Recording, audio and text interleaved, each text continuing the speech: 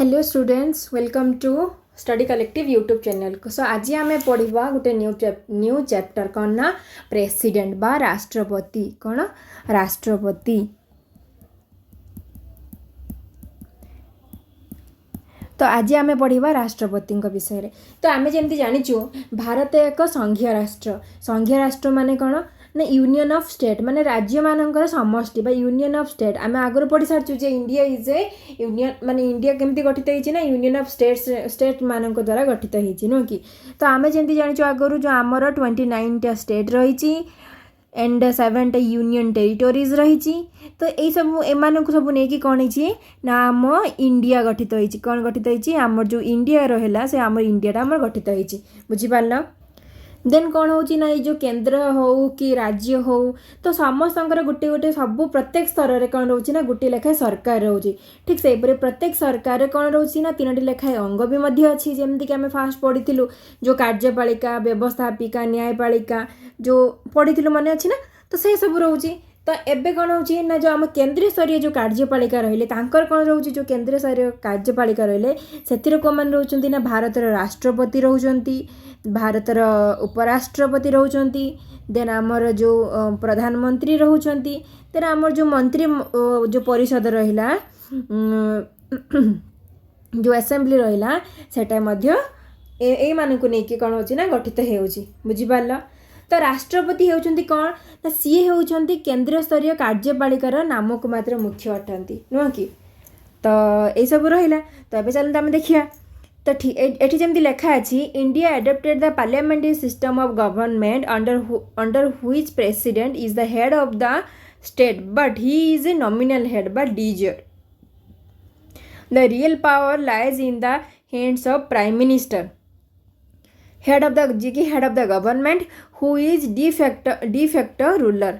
या मान तो मैंने कौन कहते मैडम आप कौन पढ़े देगला आम किसी बुझीपारूनी ठीक अच्छे मुझे तुम बुझे दूसरी। तो यार अर्थ कौन है पिले जो आम राष्ट्रपति नुहति कि राष्ट्रपति होती केंद्रीय स्तरीय कार्यपालिकार नामक मात्र मुख्य कि सी होती आमर नॉमिनल हेड बा ताकू डीजोर बोली कहती नुह कि। बट आमर जो रियल हेड किए आम रियल हेड होती आमर प्राइम मिनिस्टर बा आमर मुख्यमंत्री सॉरी आमर जो प्रधानमंत्री रोचंती प्रधानमंत्री होचंती आमर रियल हेड तांको हाथ आमर कौन ना रियल पावर रोच ये होचंती नॉमिनल हेड बा तार अर्थ होची नाम मात्र मुख्य से होचंती समग्र देशर ऐक्यर प्रतीक जो आम राष्ट्रपति होचंती नुह कि। तो राष्ट्रपति परोक्ष भाव एबे देखियो राष्ट्रपति केमती निर्वाचित होती ना राष्ट्रपति आमर परोक्ष भाव में निर्वाचित देश सर्वोच्च सांविधानिक राष्ट्रमुख्य और सम्मान पदर प्रथम नागरिक से किए ना राष्ट्रपति। तो राष्ट्रपति होउछंती आम प्रेसिडेंट होउछंती इंडिया फर्स्ट सिटीजन आम जो इंडिया फर्स्ट सिटीजन होउछंती आम राष्ट्रपति। राष्ट्रपति is the first citizen of India नुह कि। तो आम राष्ट्रपति होउछंती आम इंडिया प्रथम नागरिक सी कौटी रुहंती सी आमर जो दिल्ली रे रुहंती जो आमर दिल्ली स्थित राष्ट्रपति भवन जो आम राष्ट्रपति भवन कौटी अच्छी आम राष्ट्रपति भवन दिल्ली रे अच्छी तो से दिल्ली रे ही आम राष्ट्रपति रुहंती नुह कि कहीं सेटा होची आमर हेड से हेड रे ही सी रुहंती। तापर कौन होची ना संविधान अनुजाई आम संविधान आम कॉन्स्टिट्यूशन अनुजाई केंद्र सरकार समस्त कार्यपालिकार क्षमता राष्ट्रपति राष्ट्रपति हाथ में कौन करथांती ना न्यस्त करथांती किंतु राष्ट्रपति स्व इच्छा कौन सी क्षमता व्यवहार करि नथांती कहीं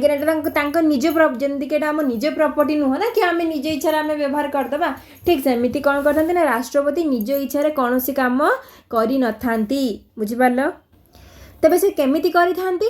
ना से प्रधानमंत्री और मंत्रिमंडलर जो परामर्श अनुसार से समस्त कार्य संपादन करिथांती बुझिपारल। तो आम राष्ट्रपति होउछंती कौन से नामक मात्र कार्यपालिका और प्रधानमंत्री और मंत्रिमंडल बा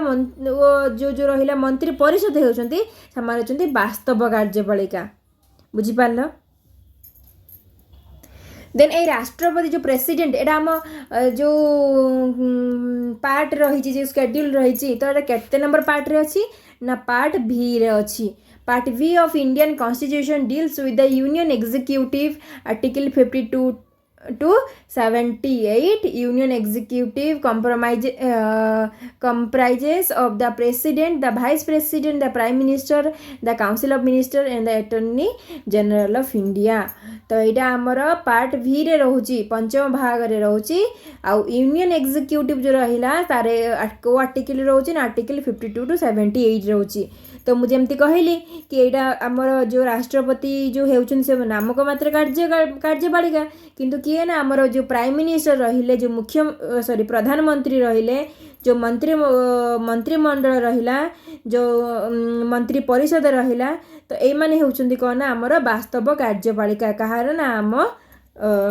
आम संविधान नो कि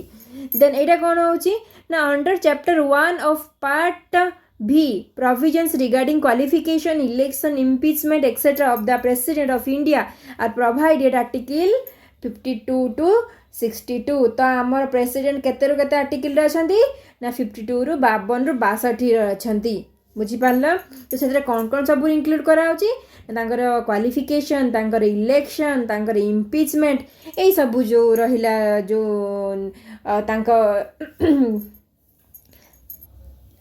तांकर जहाँ भी सब प्रोसेस रहिला से सब कौन करा होची ना आर्टिकल 52 रु 62 भितरे इनक्लूड करा हिची बुझिपारल देन एबे देखिबा तांकर जो इम्पोर्टेंट आर्टिकल कौन रही इम्पोर्टेंट आर्टिकल रोची एटा फास्ट कौन कराई ना पार्ट भी रे मेंशन कराई चैप्टर 1 रे अच्छी द एग्जीक्यूटिव जोड़ा अच्छी ऑलरेडी तो फर्स्ट आर्टिकल 52 कौन कौन कहूची ना प्रेसिडेंट ऑफ इंडिया तो आम जो प्रेसिडेंट रहिले तो प्रेसिडेंट ऑफ इंडिया सेटा आर्टिकल 52 रे मेंशन कराई देन 53 रहूची कौन नेक्स्ट होची एग्जीक्यूटिव पावर ऑफ यूनियन तो जो तांकर एग्जीक्यूटिव पावर अच्छी तो सेटा आर्टिकल 53 रोची देन तांकर इलेक्शन ऑफ प्रेसिडेंट को आर्टिकल रोची इलेक्शन रोची आर्टिकल 53 रोची then manner of election of president तांकर जो मैनर कोथरे रोची ना आर्टिकल 55 रोची मैनर टा रोची हैला तापर तार टर्म कतरे रोची ना टर्म होची 56 रे रोची देन इलिजिबिलिटी केते रोची तांकर इलिजिबिलिटी कौन योग्यता कौन सेटा केते रोची ना 57 रे रोची देन आसला क्वालिफिकेशन 58 देन होची हमर जो कंडीशंस ऑफ प्रेसिडेंट ऑफिस जो रही सेटा होची 59 ते से जो गोटे ओथ जो शपथ पाठ ग्रहण करन से ओथ केते रोची ना ओथ रोची 60 रे रोची देन इम्पिचमेंट फाइनली आसला इम्पिचमेंट केते रोची ना 61 रे रोची ठीक अच्छे देन आसला कौन ना 62 आर्टिकल कौन रोची ना time of holding election and term of office of the personal elected तो ये रोची केते ना आर्टिकल 62 रे रोची बुझीपार आर्टिकल तो सबू पिला मानक मु गोटे रिक्वेस्ट करी कि ये जो जी सब आर्टिकल गुड़ा रहा ना ये आर्टिकल हूँ इंपोर्टेंट आर्टिकल यहाँ एमती क्वेश्चन इम्पिचमेंट बहुत थर आम क्वेश्चन जे प्रेसिडेंट कर इम्पिचमेंट को आर्टिकल रही इलेक्शन टा को आर्टिकल रही इलेक्शन सेटा कौन रही टर्म को केते नंबर आर्टिकल रही तो सबू किसी सब आर्टिकल रोची इंपोर्टेंट आर्टिकल सो प्लीज आम सब टे भलसे देखा देन एबे देखिबा इलेक्शन ऑफ द प्रेसिडेंट आम राष्ट्रपति जो निर्वाचन होचे से निर्वाचन प्रोसेस कौन बा केमिति बुझिपारल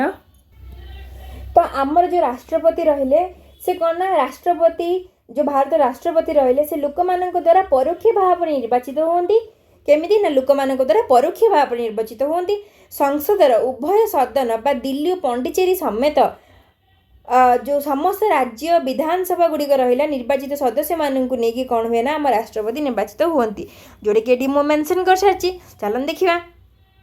तो ये रही कौन ना president of India is elected by the president of India is elected by the indirect election जोड़ा मुझे ऑलरेडी कहली जे लोक मानक द्वारा परोक्ष भाव से निर्वाचित होती इनडायरेक्टली से निर्वाचित होती बाय एन इलेक्टोरल कॉलेज तो एबे क्वेश्चन आस जो इलेक्टोरल कॉलेज रहा इलेक्टोरल कॉलेज भितर कौ मैंने जाऊँगी इलेक्टोरल कॉलेज कौन जमीक आमर कौन 10th परीक्षा सरला सब पिला भावुए जे मैडम आम तो 10th परीक्षा सरला आम जमी कॉलेज जाऊ तो प्रेसिडेंट को सेमती कौन गोटे कॉलेज अच्छी कि तो कॉलेज लिखाई किंतु ना एटा से कॉलेज नुह जो कॉलेज को आम जाऊँ पाठ पढ़ाई एटा से कॉलेज नुह एटा हूँ कौन इलेक्टोरल कॉलेज ताको कहते गोटे इलेक्टोरल कॉलेज कहती तार अर्थ हो जो निर्वाचन मंडली जदि जो निर्वाचन मंडली रही ना आम राष्ट्रपति से केमी भाव निर्वाचित हुआ तो ताकू ही कहुए इलेक्टोरल कॉलेज ठीक अच्छे। तो ये मैंने तो ये कौन ना it means a single transferable vote okay. Then जो इलेक्टोरल कॉलेज भितर कौ मैंने जाऊँगी ना electoral college shall consist of elected member of both house of parliament. आम पार्लियामेंट रे बोथ हाउस कौन रे पिले ये सपोज आमर पार्लियामेंट आम पार्लियामेंट दुईटा हाउस अच्छी गोटे अपर हाउस गोटे लोअर हाउस। तो गोटे अपर हाउस गोटे lower house upper lower house कौन ना आमर लोकसभा रहा अपर हाउस कौन ना आमर राज्यसभा रहा ठीक अच्छे। तो ये मन रखापी lower house means Lok Sabha upper house means Rajya Sabha. तो यहाँ हूँ आमर both house of the parliament ठीक अच्छे। Then both house of parliament elected member of legislative assembly of the state and elected members of union territories of Delhi and Puducherry. आम जो Delhi and जो पौंडीचेरी आम जहाँ कहूनु कि पिले से कौन आम गोटे यूनियन टेरिटोरीज नो कि दिल्ली भी आम गोटे यूनियन टेरिटोरीज एंड पौंडीचेरी भी आम गोटे यूनियन टेरिटोरीज। तो से मानकर जो इलेक्टेड मेंबर माने रहिले से इलेक्टेड मेंबर माने कौन हेबे ना आमर इलेक्टोरल कॉलेज जो गठित है जो नथिला कि जो ये इलेक्टोरल कॉलेज से इलेक्टोरल कॉलेज भितर से माने इनक्लूड होउचंती बुझिपारला। तो यही जो इलेक्टोरल कॉलेज रे जो से जो दिल्ली पुडुचेरी रो जो इलेक्टेड मेंबर्स माने इनक्लूड हेले सेटा केते नंबर अमेंडमेंट एक्ट रे हितला ना 70तम अमेंडमेंट एक्ट 1992 रे हितला जो 1992 मसीह जो अमेंडमेंट एक्ट हितला 70th अमेंडमेंट एक्ट से कौन होता ना या आड कराइला बुझिपार। जदि पिला माने मो वॉइस टिके स्पीड हो जाउची सो प्लीज मते जणाइबो सो मो टिके स्पीड कमी देबी बुझिपार। देन एबे जिबा टर्म ऑफ ऑफिस बा आम जो राष्ट्रपति कार्यकाल है। तो आम कार्यकाल केते भितर अच्छी ना आर्टिकल 56 रे मेंशन कराई बा आम जो री इलेक्शन रही है आर्टिकल 57 रे मेंशन कराई। तो आम राष्ट्रपति कार्यकाल केते वर्ष पिले ना 5 वर्ष केते वर्ष 5 वर्ष। Resignation is addressed to the vice president जदि सी आम राष्ट्रपति कार्यकाल से 5 वर्ष कि 5 वर्ष मध्य जदि से रेजिग्नेशन देवाई चाहिए से क्या पाखे रेजिग्नेशन दे पारे ना आमर वाइस प्रेसिडेंट आम जो उपराष्ट्रपति रहिले पाखे से दे पारे बुझिपार। The president is eligible for reelection for any number of terms okay. Then एबे जीवा तांकर कौन ना क्वालिफिकेशन विषय तो क्वालिफिकेशन रे कौन अच्छी रे पिले ना क्वालिफिकेशन रे अच्छी कौन ना सिटीजन ऑफ से आर्टिकल केते अच्छी ना आर्टिकल 58 रे मेंशन कराई ठीक अच्छे। देन एथिरे कंडीशंस रोची ओथ रोची ये सब रोची। देन तांकर फर्स्ट कौन ना इलिजिबिलिटी बा योग्यता योग्यता कौन ना से जने भारतीय नागरिक होइथिबा सिटीजन ऑफ इंडिया बा से जने भारतीय नागरिक होइथिबे तांको अन्य केते वर्ष होइथिबो ना मैक्सिमम माने मिनिमम तांको 35 वर्ष होइथिबा दरकार। आ से कौन होइथिबे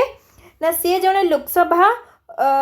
सभ्य भाव निर्वाचित होगापी योग्य होइथिबे कौथि ना लोकसभार जो मेंबर ऑफ पार्लियामेंट रोची से कौन होथिबे ना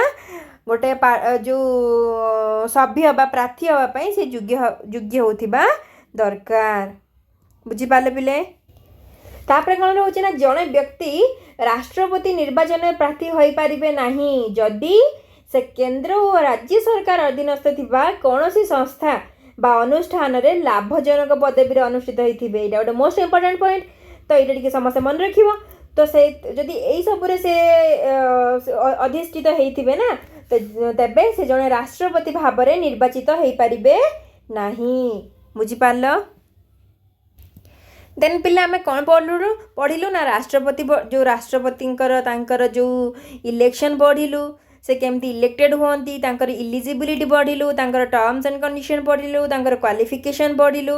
तो एबे कौन पढ़ा ना ओथ पढ़ा माने शपथ पाठ पढ़ा। तो राष्ट्रपति शपथ पाठ कौन ना निर्वाचित राष्ट्रपति संवैधानिक व्यवस्था अनुसार संविधान को मानि चलिबाकू और संविधान सुरक्षा पाई ईश्वर नाम रे दृढ़ संकल्प करी भारतर जो प्रधान जो विचारपति उपस्थिति रे शपथ पाठ करी निजर नूतन दायित्व से ग्रहण करिथांती तो से कहा पाखरे शपथ पाठ करथांती ना आमर जो रहिलेनि कि चीफ जस्टिस ऑफ इंडिया जो रहिले तांको पाखरे से कौन करथांती ना शपथ पाठ ग्रहण करिथांती बुझी पारलो। देन एबे पढ़िबा इम्पिचमेंट ऑफ प्रेसिडेंट आम राष्ट्रपति जो महाभियोग व्यवस्था रही बा राष्ट्रपति जो पदच्युति रही सेटा कौन ना आर्टिकल आमर केते अच्छी ना आर्टिकल आम 61 रे मेंशन कराई तो एबे हम सेटा पढ़िबा तो president can be removed from office before his designated tenure of 5 years by the process of impeachment. He can be removed from his office only for the violation of the constitution. It should be noted here that Indian constitution does not contain definition of violation of the constitution. A resolution signed by not less than 1/4 of the total members of the house could be initiated in their house. Okay. Then रोची कना resolution could be brought only after 14 days prior notice to the president in written. तार अर्थ कौन रे पिले ना राष्ट्रपति केवल संविधान भंग अभियोग अभियुक्त होई महाभियोग प्रस्ताव द्वारा पदच्युत होइथांती कोउथिपाई ना हमर जो संविधान भंग अभियोग अभियुक्त होई जो आमर कॉन्स्टिट्यूशन जो रहुची से जो वायोलेशन ऑफ द कॉन्स्टिट्यूशन जो रहिला से ही केवल आम राष्ट्रपति कौन रहिले ना महाभियोग प्रस्ताव द्वारा से पदच्युति होइथांती। एहा व्यतीत आउ कौन होता है ना एहा व्यतीत अन्य कौन सी कारण पाई बा अन्य कौन सी उपाय तांको पदच्युत करि पारिबे नहीं किए ना तांको केही भी चाहिए कौन सी कारण रु तांको पदवी रु बाहर कर परिबो नहीं से केवल गुटे कारण पाई बाहरी पारिबे सेटा होची वायोलेशन ऑफ द कॉन्स्टिट्यूशन बुझी पारल। देन तापरे कौन आसुची ना महाभियोग बा हमर जो इम्पिचमेंट रही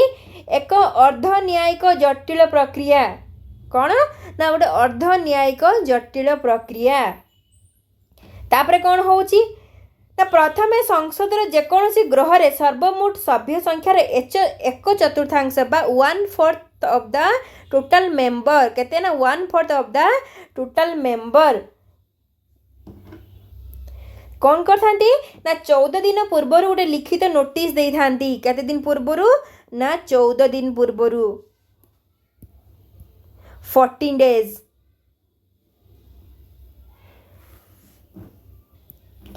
कौन करते 14 दिन पूर्व गोटे लिखित नोटिस दे थांती से ही सदन रे महाभियोग प्रस्ताव आगत करि थांती बुझी पारल। या पर कौन हुए ना या पर प्रस्तावटी से ही जोड़ी दिया हला ना सेतरे कौन था ना सर्वमोट सभ्य संख्यार 2/3 बा 2/3 2/3 सभ्यों द्वारा अनुमोदित हेबा परे जाई कि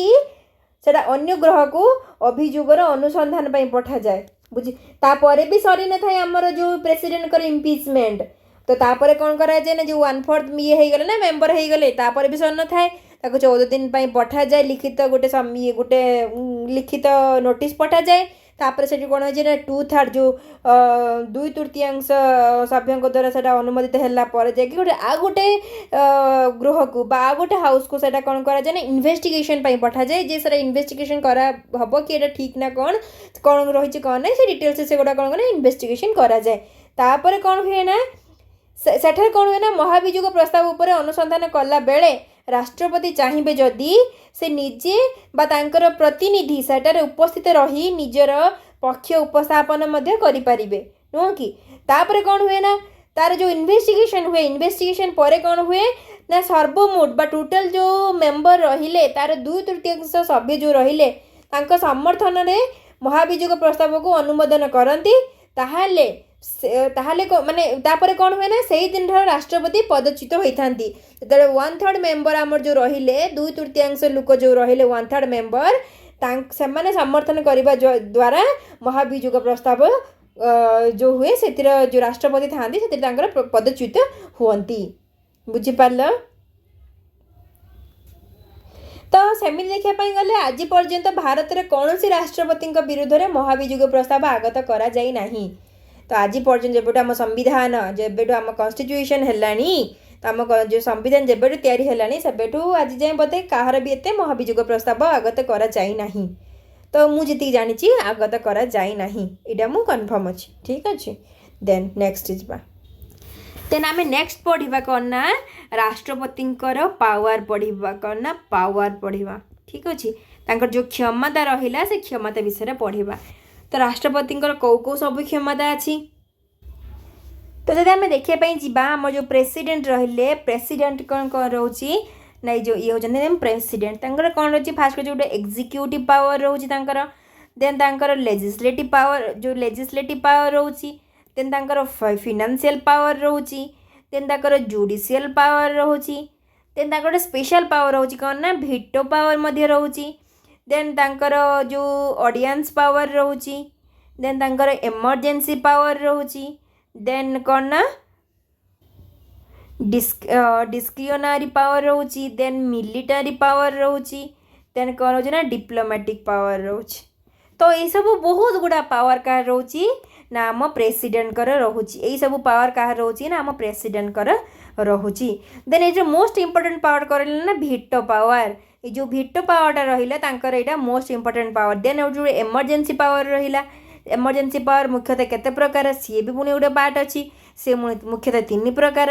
गोटे से कौन कौन 3 प्रकार ना आमर गोटे रहिला नेशनल इमरजेंसी देन आमर जो प्रेसिडेंट को गोटे रूल रोची देन आमर को प्रेसिडेंट कर गोटे रूल रोची देन आमर फाइनेंशियल इमरजेंसी रोची तो यही सब पुणी तांकर पुणी आर्टिकल रोची तो यही सब आम डिटेल्स रे पढ़ा देन पिले आम जो राष्ट्रपति एग्जीक्यूटिव पावर रहा ना कि जी एग्जीक्यूटिव पावर रहा से एग्जीक्यूटिव पावर कौन रे पिले से एग्जीक्यूटिव पावर हूँ जो प्रशासनिक क्षमता रहा से प्रशासनिक क्षमता कौन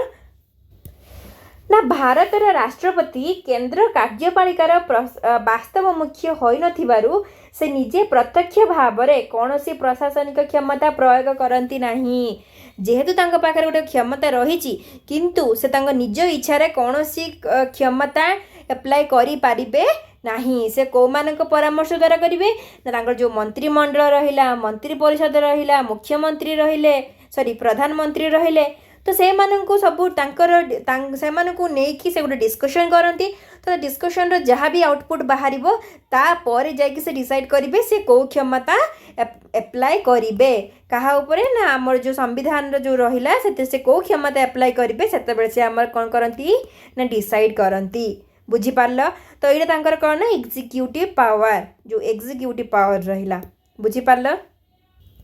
देन आमर आ गोटे आसो जो राष्ट्रपति गोटे सामरिक क्षमता ये सामरिक क्षमता कौन पिले ना आम संविधान अनुसार राष्ट्रपति होउछंती देशर प्रतिरक्षा बाहिनीर सर्वोच्च सेनाध्यक्ष बा सुप्रीम कमांडर होउछंती किए ना आमर राष्ट्रपति किए ना आमर राष्ट्रपति बा प्रेसिडेंट ए प्रेसिडेंट होउछंती आमर कौन ना आम जो प्रतिरक्षा बाहिनीर सर्वोच्च सेनाध्यक्ष बुझीपार आउ से कौन करथांती ना से जो जल स्थल आकाश माने जो आर्मी जो एयरफोर्स नेवी एम जो सब रहिले यही सब बाहिनी जो माने मुख्य सेनाध्यक्ष को से कौन करते ना नियुक्ति दे था किए ना राष्ट्रपति जो राष्ट्रपति सब दे था क्या ना आम जो एयरफोर्स रहिला जो नेवी रहिला जो आर्मी रहिला तो ये जो मुख्य सेनाध्यक्ष रहिले एमान को आम प्रेसिडेंट ही निर्वाचित करि थांती बा तांको नियुक्ति दे थांती बुझीपारल देन पढ़ा आमर कौन ना कूटनैतिक क्षमता कौन पिले ना राष्ट्रपति जो कूटनैतिक क्षमता राष्ट्रर वैदेशिक व्यापार सहित संश्लिष्ट क्या सहित ना वैदेशिक व्यापार सहित जो कोऑर्डिनेट अच्छी जो विदेश में आम देश एवं आम देशर नागरिक मानकर स्वार्थ सुरक्षा करने विभिन्न कूटनैतिक प्रतिनिधि यथा राष्ट्रदूत हूँ कि उच्च आयुक्त बा हाई कमिशनर मान को कौन करती ना से विभिन्न देश में नियुक्ति किए ना से प्रेसिडेंट दे था तो प्रेसिडेंट भूमिका बहुत किसी अच्छे आम संविधान रे बा आम जो आम राष्ट्र रे आम देश रे तांकर क्षमता बहुत किसी अच्छी नुह कि देन आसला पढ़ा व्यवस्थापक क्षमता बा जुडिशियल पावर कौन ना जुडिशियल पावर पढ़ा तो जुडिशियल पावर कौन रे पिले ना जुडिशियल पावर होची बार व्यवस्थापिक क्षमता होची राष्ट्रपति होउछंती केंद्र संसदर एक अविच्छेद्य अंग कहा जा हमर जो पार्लियामेंट रोची ना तो से पार्लियामेंट रे गोटे मेन पार्ट होचंती हमर राष्ट्रपति हम पार्लियामेंट कहा को नहीं गठित होई थाए हम पार्लियामेंट कहा को नहीं कि ना राष्ट्रपति जो प्रेसिडेंट देन आम राज्यसभा देन आम लोकसभा ये तीनटा को नहीं कि हमर प्रेसिडेंट सॉरी हम पार्लियामेंट गठित कराई बुझी पाल देन पढ़िबा कौन ना हमर फाइनेंशियल पावर बा हमर अर्थनैतिक क्षमता बा अर्थ संपर्कित क्षमता जो आम संविधान व्यवस्था अनुसार प्रत्येक आर्थिक वर्षर प्रारंभ बा स्टार्ट जिते हुए से राष्ट्रपति केंद्र अर्थमंत्री जो जो रहिला हमर कौन जो अर्थमंत्री द्वारा से देशर वार्षिक आय व्ययर अटकल बा बजेट को से कौन करती ना संसद रे आगत करती किए करती जो गोटे बजेट तैयारी हुए ना तो से बजेट को किए करती ना आम राष्ट्रपति संसद रे जो सांसद रहा से सांसद जो पार्लियामेंट रहा से आगत करती प्रेजेंट करती नुह कि कौन सी अर्थ बिल बा अर्थ चिठा आईन राष्ट्रपति प्राक अनुमति बिना लोकसभा रे आगत करा जाय परिबो नाही कौ बिल ना अर्थ बिल बा जो आम मनी बिल रहिला नो कि हमर जो मनी बिल रहिला सेटा हमर आगत करा जाय परिबो नाही राष्ट्रपति भारतर मुख्य हिसाब रक्षक बा महासमीक्षक बा हमर जो कंट्रोलर एंड ऑडिटर जनरल जो रहिले से होचंती कौन ना से रिपोर्ट करती संसद रे उपस्थित कराई था से जो जहाँ भी सब रिपोर्ट है से रिपोर्ट को से जो संसद रे से कौन करती ना उपस्थापना करती बुझी पाल देन कौन आसला रे पिले देन आसीबा हमर इमरजेंसी पावर को कौन ना इमरजेंसी पावर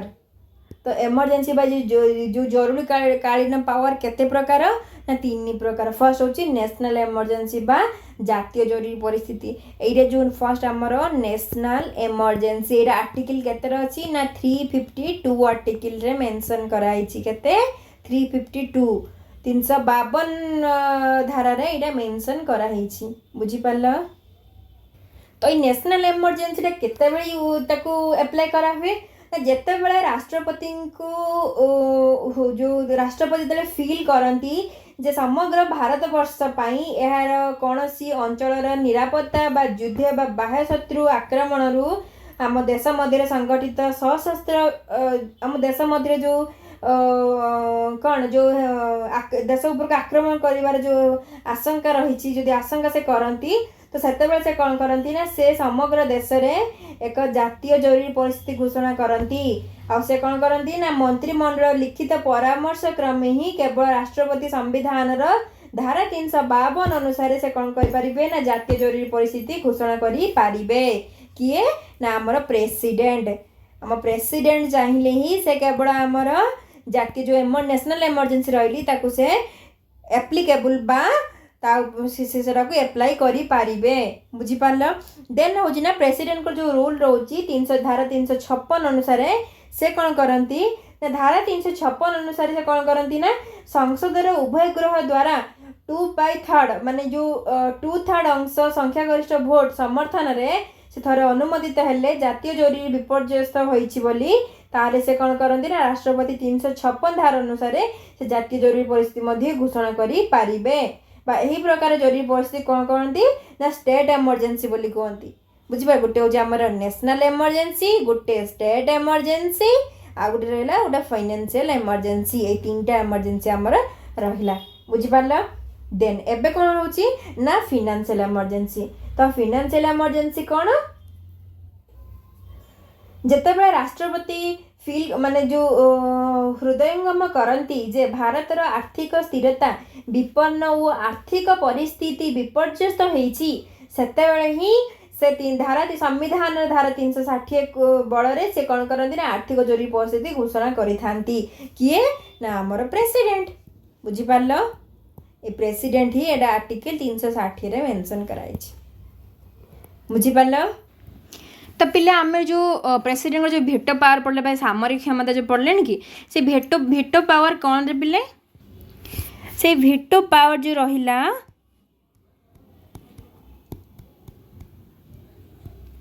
से भेटो पावर हूँ मुख्यतः 3 प्रकार कौन कौन ना गोटे एब्सोल्यूट भेट्यू आ गोटे सस्पेंसिव भेटो पावर आ गोटे हूँ पॉकेट भेटो पावर है। तो आमर ये 3टा भेटो पावर रही आम कहार ना आमर प्रेसिडेंट प्रेसिडेंट तो से प्रेसिडेंट चाहिए जो से चाहिए सीना तो आमर जो संसद रे से कौन कर जो अर्थ बिल का से पास करेबे कि कौन तो यही सब भितर आमर कौन रोचे ना इंक्लूड करा बुझिपार तो ये थिला आम प्रेसिडेंट विषय तो आज आम कौन पढ़ी रे पिले सो आज आम पढ़िलु जे आम देशर जो संसदीय शासन व्यवस्था प्रचलित होउछि आमर प्रधानमंत्री और मंत्रिमंडल होउछंती वास्तव कार्यपालिका आम राष्ट्रपति होउछंती कौन ना नामक मात्र कार्यपालिका बा सी होउछंती कौन ना आम नॉमिनल हेड आम रियल हेड किए ना आम रियल हेड होउछंती आम प्रेसिडेंट ए सब आम पढ़िलु तापर आम पढ़िलु जे आम ए जो प्रेसिडेंट केते नंबर पार्ट रे छंती पार्ट भी रे छंती आउ तांकर केते तांकर जो केते आर्टिकल रु अछि ना आर्टिकल 52 रु 62 भितर अछि देन आम तांकर इंपोर्टेंट आर्टिकल सब पढ़िलु फास्ट तांकर कौन पढ़लु तांकर इलेक्शन पढ़िलु केते अछि तांकर टर्म एंड कंडीशन तांकर क्वालिफिकेशन तांकर इलेक्शन ए सब आम पढ़लु देन आम लास्ट पढ़लु तांकर इम्पीचमेंट पढ़िलु तो ए सब आम प्रेसिडेंट को विषय में पढ़िलु तो आम तांकर कार्यकाल केते वर्ष ना 35 वर्ष 5 वर्ष तो सी जने 35 वर्ष एटलिस्ट तांको 35 वर्ष होइथिबा दरकार तो ये सब आम डिटेल्स रे पढ़िलु तो आई होप सब पिला माने बुझी पारथिबो मु जहा पढ़ेली तो ये थिला आजिर वीडियो जोड़े कि आम प्रेसिडेंट को ऊपर आधारित देन आम नेक्स्ट क्लास रे पढ़िबा हमर भाइस प्रेसिडेंट का विषय रे कहा पूरे ना हमर भाइस प्रेसिडेंट ठीक अछि सो आई होप समस्त एक्साइटेड थिबे एंड आज मु जहा भी पढ़ेली सो से सब को बुझी पार सो जार भी जहाँ डाउट अच्छी प्लीज मत कमेंट सेक्शन में जनइब सो दैट मु तार डाउट क्लियर करदेवी ठीक अच्छे सो आम ये आम क्लास को एंड करवा सो जदि वीडियोटी को तुम मानक भल लगुच जदि वीडियो को बुझी पारुच जदि आम पाठ को बुझी पारुच सो प्लीज वीडियो को लाइक शेयर एंड सब्सक्राइब करिवो सो दैट समस्त आम मिसिकी पाठ पढ़ी पारिबा एका सांगरे ठीक अच्छे सो प्लीज वीडियो को लाइक शेयर एंड ढेर मात्रा रे सब्सक्राइब करंतु ढेर मात्रा रे शेयर करंतु एठी मु रहउछि थैंक यू जय जगन्नाथ।